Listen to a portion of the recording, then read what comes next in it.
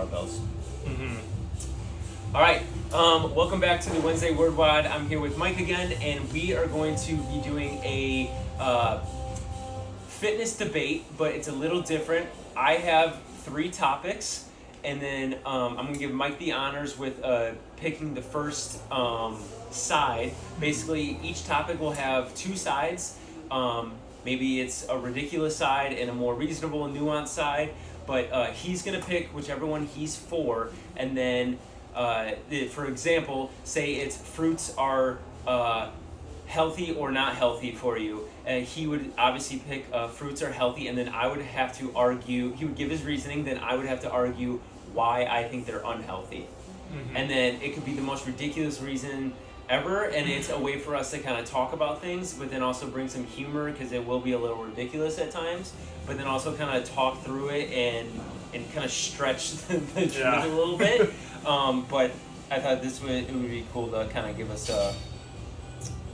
Yeah, shout out to Zach for putting this together, because he just warned me about 2 seconds ago what the first topic we're debating is. Yeah. I have no idea what the other topics we're debating are. I get that. So I'm kind of blind right now, which makes it more fun. Yeah.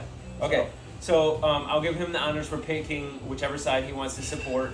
So the first topic is on range of motion. Full range of motion. A lot of these topics we've already talked about. Let me preface that. So we're going to just elaborate a little bit more. But so the first topic is range of motion is either reduces your risk of injury, or full range of motion increases your risk of injury. You pick whichever side you want to support and give me a reason why. Oh, man. So this is going to be fun because these are complex topics. And we're going with an absolute claim. Yeah. So that's the preface. Full range of motion, better for reducing risk of injury, or worse for reducing risk of injury in comparison to partial range of motion? I'm going to take full range of motion is better for decreasing injury risk. Okay. And here's why.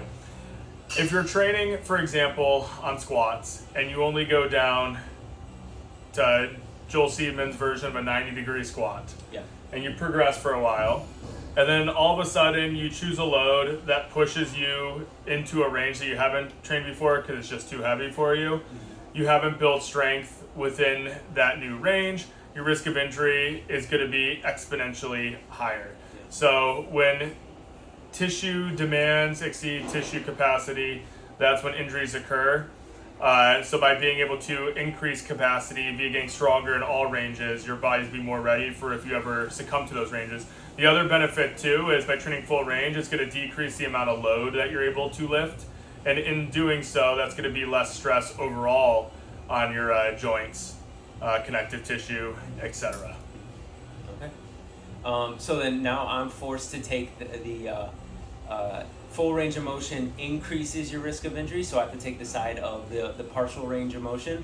The only way I could kind of put this in my favor is basically you're now training to a level of intensity within that it won't promote muscle or strength growth, because I could easily say my one rep max squat is 315 pounds. I could easily put 135 on there and go quarter squats, and I'm guarantee you my risk of injury doing quarter squats with 135 pounds,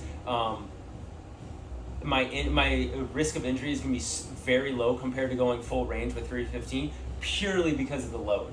That's fair. That's the only way, I think, is if you're just so far away from a percentage of I guess your one rep max, or even close to, like, you're so far away from failure. That's the only way that the level of the rate of injury risk would be better than full range.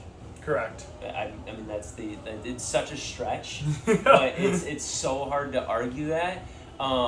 Because typically when people go partial range of motion, there's too much load on the bar, on the cable, on the dumbbell, whatever exercise you're doing. So they're kind of forced to do that reduced range of motion, and that's where the risk of injury goes to. It's not so much the the range of motion. It's the load on Correct. on the apparatus or whatever. I will say, I'll play devil's advocate against Yeah. myself here. There probably is at least one case where the risk would be higher in terms of an injury going full range of motion. And that's if you've been training partial or half range of motion for a very long time. And then all of a sudden, one of your buddies calls you out and they're like, wait, that's not a legit squat. And you go, watch me, I could still go deeper. So if you're going the same load that you've been training at Joel Seaman depth, and you try to take that same load to full range of motion, you're probably going to get injured because you're just not strong enough, because it requires so much more strength to go deeper. So there has to be like load management. If you do 100 pounds partial versus 100 pounds full, you're living within less range of motion, you're doing less with it. So I'd probably say in that case, maybe the partial would have a lower risk in a 1-to-1. But if we're allocating load intensity and relative intensity, that is, equally between the two, lesser load going full ROM, probably safer. Absolutely. All right. Yeah, basket. All right. I get to pick this time. Oh, perfect. But I'm still going to tell you the topic. Direct mobility is a must. So direct stretching, direct mobility meaning like band work, soft tissue work, stretching. There's tons of companies out there, ROMWOD, GoWOD, where they have these series of videos where they put you through this kind of like meditation, yoga, stretching, mobility routine, mobility training. So direct mobility is a must to improve your mobility. I'm going to say it is not a must. I think that direct mobility work is personally a waste of time. Now, I will say this, that I think direct mobility work could be relaxing. Like it could be part of like a nighttime routine. It could be a form of meditation for you in that sense. But I think it's more beneficial psychologically than it is actually changing anything physiologically. I think that go back to our first topic, full range of motion with an appropriate load, full range of motion with an appropriate load and tempo in a controlled manner is basically mobility work or flexibility training or stretching under load, which will then improve your overall mobility. Perfect. Okay. So I got to take the opposite side. Yeah. So direct mobility is a must in some cases. So just like Zach said, mobility, it's just strength times flexibility, right? So being able to control load through large ranges of motion. Well, guess what? You've never worked out before. You've never trained. Your body weight is the perfect load for your first time in the gym. Oh, absolutely. There we go. And therefore, everything you do is direct mobility without load, because you're just going through full range of motion within body weight tasks, which I'm going to argue is specifically mobility. So before we kind of rumble and tumble with the weights, you need some direct mobility to make sure that you have some competency within movement, that you are strong to support your own body through full range of motion before we bring in extrinsic forces. It is a must. We start at birth. Babies, toddlers, they're not using any load. No. That's the foundation. The Russians, the Chinese, getting into Olympic weightlifting, PVC pipes. Look at their gold medals. Yeah. You can think of it this way. Like, think of like a cable pec fly. You're doing a cable chest fly, and you're in that stretched position under load. There is literally no difference between you doing that and like a doorway stretch like this. The only difference is that you are contracting and shortening the muscle with the goal of hypertrophy.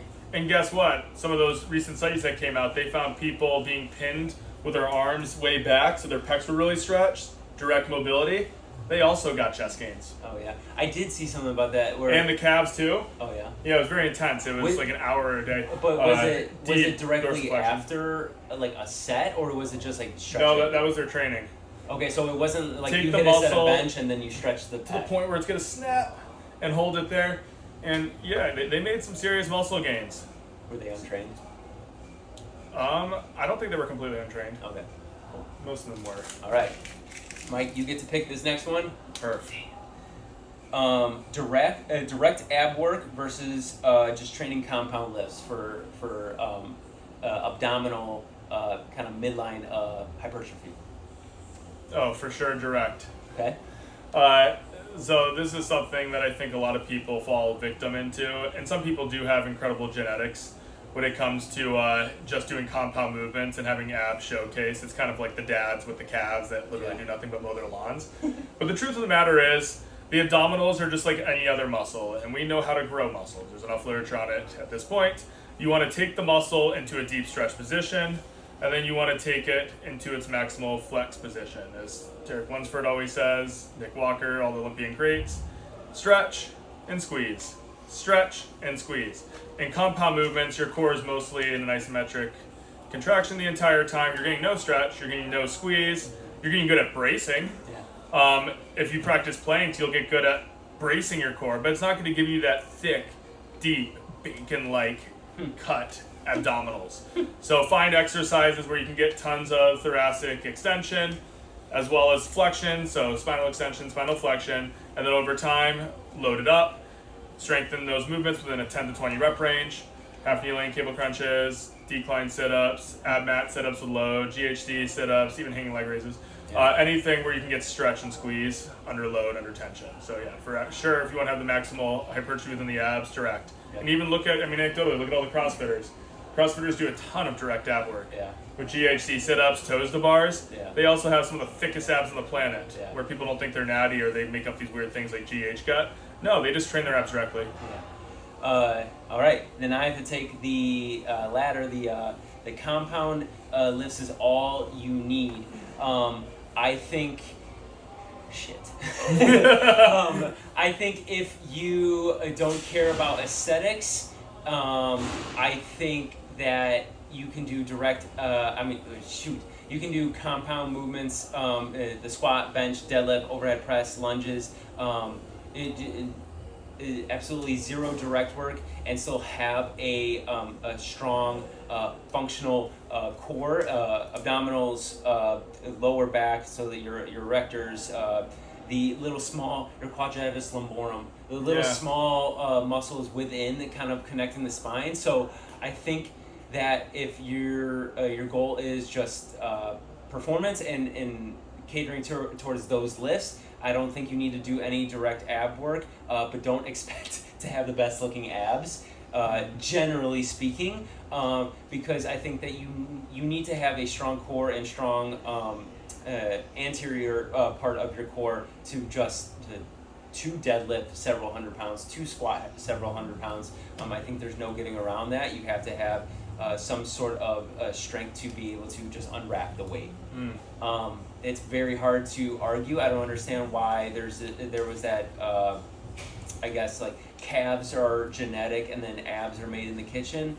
Abs are made and calves are made any other way, like any other muscle, and abs just happen to kind of be showcased more so when dieting and lowering the body fat, predominantly because everyone holds their fat in their stomach.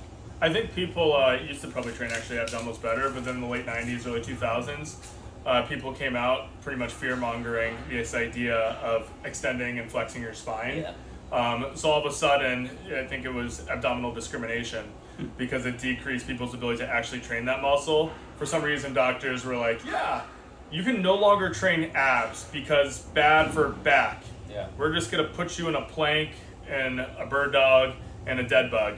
And just do that. So just keeping people average. So and treat abs like any other muscle. Treat it through a full range of motion, flexion, extension, go laterally, back controlling and the eccentric. So it's just like the bench press where people get injured on the bench. There's this emotional component in abs where people put on a weird timer and all of a sudden they think they're Bruce Lee and they're going until like they're a bobblehead and their neck is contortioning them up. If you exceed tissue capacity, you go past the abdominals threshold, you're probably gonna get injured. But now we live in a world where people have just not trained their abdominals to be strong through extension and flexion. So any degree of that, they just have no capacity, and now there's a lot of fear surrounding it. So, all right, that's all I got.